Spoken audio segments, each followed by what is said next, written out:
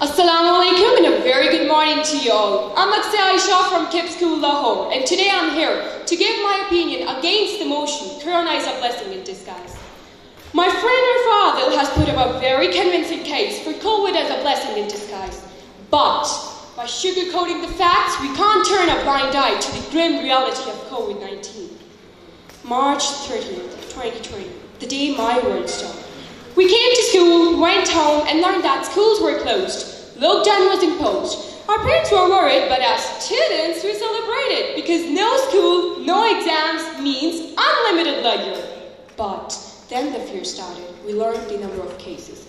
I have a question for all of you. Can we say it a blessing knowing that there were 246,801,020 cases and about 5,005,120 deaths in the world?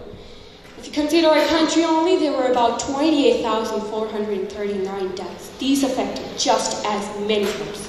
My dear judges and audience, how can we proclaim it a blessing, forgetting the pain people had? How can the words "we had more time with our family" could be enough for those who have lost their families because of this deadly disease? In fact, to declare it a blessing would be wishful thinking. We can definitely say that COVID-19 has severely affected employment conditions.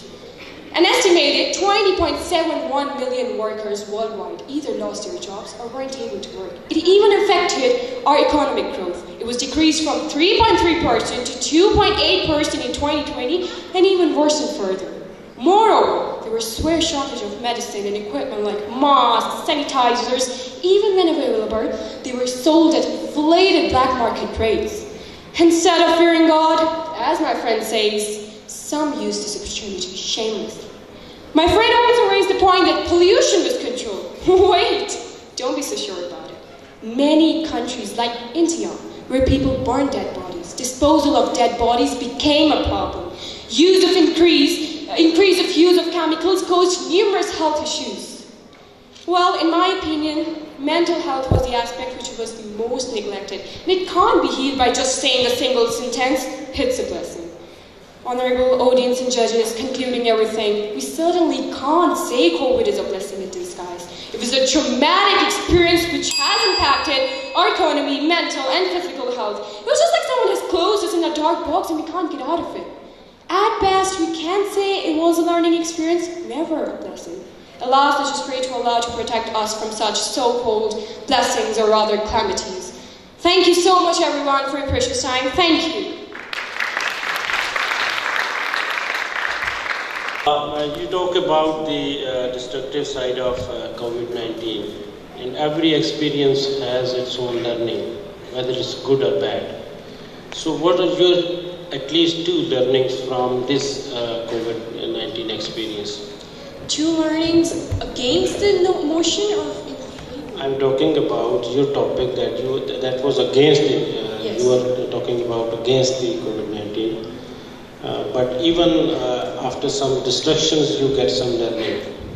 So what are two learning that you get out of this pandemic? It's actually a very valuable question. I appreciate it.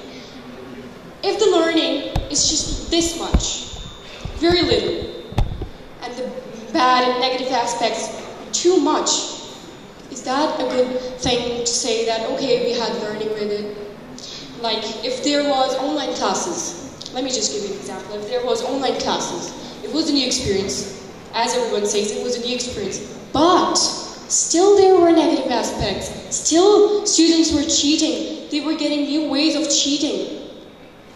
You know? And what I think is, we live together in this pandemic, but in my opinion, according to me, living together, still with a distance, is how I explain this living together and this positive aspect, which you say that living together is a positive aspect, but still, there was a distance. Don't you agree with me? Thank you.